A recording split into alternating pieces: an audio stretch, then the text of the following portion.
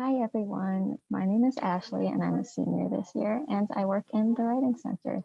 And today I'm going to be walking you through this workshop on business writing and some of its key concepts, as well as how it differs from storytelling. So when we say business writing, what do we mean? So business writing should be an objective report of events. It should be obviously about business, and it should consist of facts or a well-argued interpretation. It should have a professional tone, typically in the third person, and you also want to avoid contractions. So instead of saying cannot, or instead of saying can't, you would want to say cannot. It's pretty much the opposite of storytelling, which involves a lot more personal reflection, and it's more about what the writer thought and what the writer's opinions are.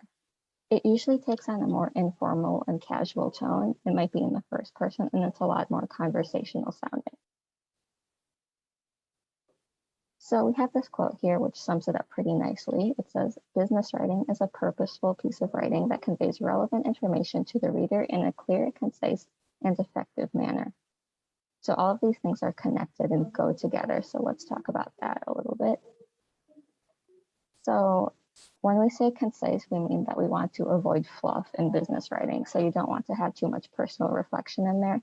And you also don't want to have too many awkward sentences or wordy sentences that might confuse your reader. When we say clear, meaning that you want to thoroughly explain all of your ideas. So include as much explanation as you need in order to get your points across. And you also want to be direct. So you don't want to imply anything in your business writing. You just want to state the meaning clearly and plainly. So for an example, let's take a look at a sample prompt. Let's say the prompt is select a company and describe their product and target demographic. How do those relate? So here's a sample response that I can read to you. I decided to pick Coca-Cola because it is so general. Their target market is essentially everyone. I think this is great because it gives them such a wide market, but I wouldn't necessarily feel connected to Coke. Coca-Cola has dealt with this by marketing themselves as a global, diverse company whose drinks bring different kinds of people together. For example, I love their advertisements with people of many different races, nationalities, languages, and religions enjoying Coke together and their special share a Coke with bottles. I think that given Coca-Cola's massive profit, this is a good way to advertise such a general product. So what are you noticing about that example? What's the focus, what's the tone, and what's the writing style? You can go back and look at that, maybe pause the video if you want to think about it. Hopefully you're noticing just how informal the tone is. It sounds very conversational. It sounds maybe like you're talking to your friends about your opinions on Coca-Cola. And it's very focused on the writer and the writer's opinions. So let's take a look at a different example. The Gatorade Company is a division of PepsiCo that produces electrolyte drinks and related gear. While its parent company has a wide variety of food and beverage products designed to appeal to wider demographics, Gatorade clearly markets itself for athletes. Electrolytes lost through sweat are particularly a concern for those involved in strenuous physical activity, and Gatorade advertises that athletes can avoid the ill effects of electrolyte loss and continue their exercise or training by consuming Gatorade products. Athletic culture often upholds vigor and hard work as important values, and Gatorade emphasizes that athletes can better live these out with Gatorade products. So what are you noticing about that example? What are some of the positive things that it did? And if you want, you can pause the video again and take a second to think about it. Hopefully you're noticing that this one is a lot more professional in tone, and it has more focus on the business itself, and it's backed up with facts rather than the writer putting their opinions into it. So what are some things we can do to make example 1 better? Let's go back to example 1.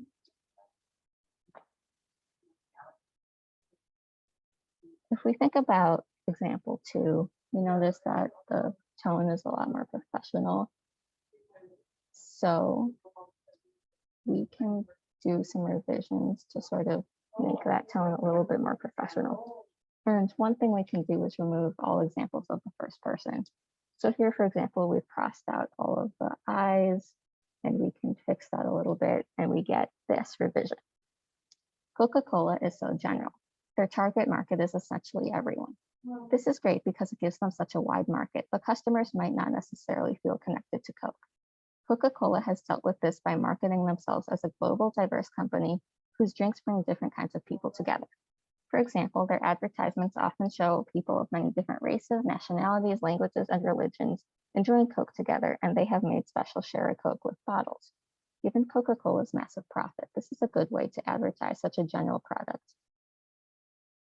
So what are we noticing about the revision? How is this better, and what still needs to be improved? So you can take a second to think about that.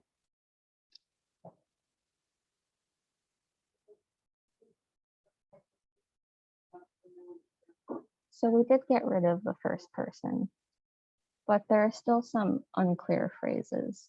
There's some ideas that aren't really well supported, so we can go in and make a few more revisions. Here's an example of some things that aren't really clear. So for example, it says Coca-Cola is so general, and this is great because it gives them such a wide market. It doesn't really explain what that means. Like I would say, what does it mean Coca-Cola is so general? Or what does it mean that this is great? Or even down at the bottom, given Coca-Cola's massive profit, this is a good way to advertise such a general product. But what exactly does that mean? And even when it does explain some of these points, for example, customers might not necessarily feel connected to Coke, and their advertisements often show people of many different races, nationalities, languages, and religions enjoying Coke together. But why does that matter? What's important about it, and what should we be getting from that information? So here's a revision where we explain those points a little bit more. Coca-Cola is a general soft drink company. Because soft drinks are not for any particular population segment, their target market is essentially everyone. This could be profitable because it gives them such a wide market, but customers might not necessarily feel connected to Coke because it in no way reflects their individuality, reducing demand. Coca-Cola has dealt with this by marketing themselves as a global, diverse company whose drinks bring different kinds of people together. For example, their advertisements often show people of many different races, nationalities, languages, and religions enjoying Coke together. They have made special share a Coke with bottles. These emphasize that even with many individual differences, everyone can enjoy a Coke with their friends and loved ones. Given Coca-Cola's massive profit, this seems to be an effective way to advertise such a general product. So what are we noticing about that example, and how is it different from when we started? Hopefully you're noticing that it follows the more technical rules of business writing. For example, it's in the third person and there's no contractions. So all of those have been taken out. And other than that, it's a lot more clear, concise, and direct, like we talked about. Everything is explained and it has this very professional tone. So here are a few tips for starting a business writing project. Obviously, the first step is to read the prompt. First and foremost, your writing should be a direct answer to whatever the question is in that prompt. From there, once you have that answer, you can make an outline, which helps you decide how you're going to answer the prompt and what details you're going to include. This will help keep your writing very focused and concise also.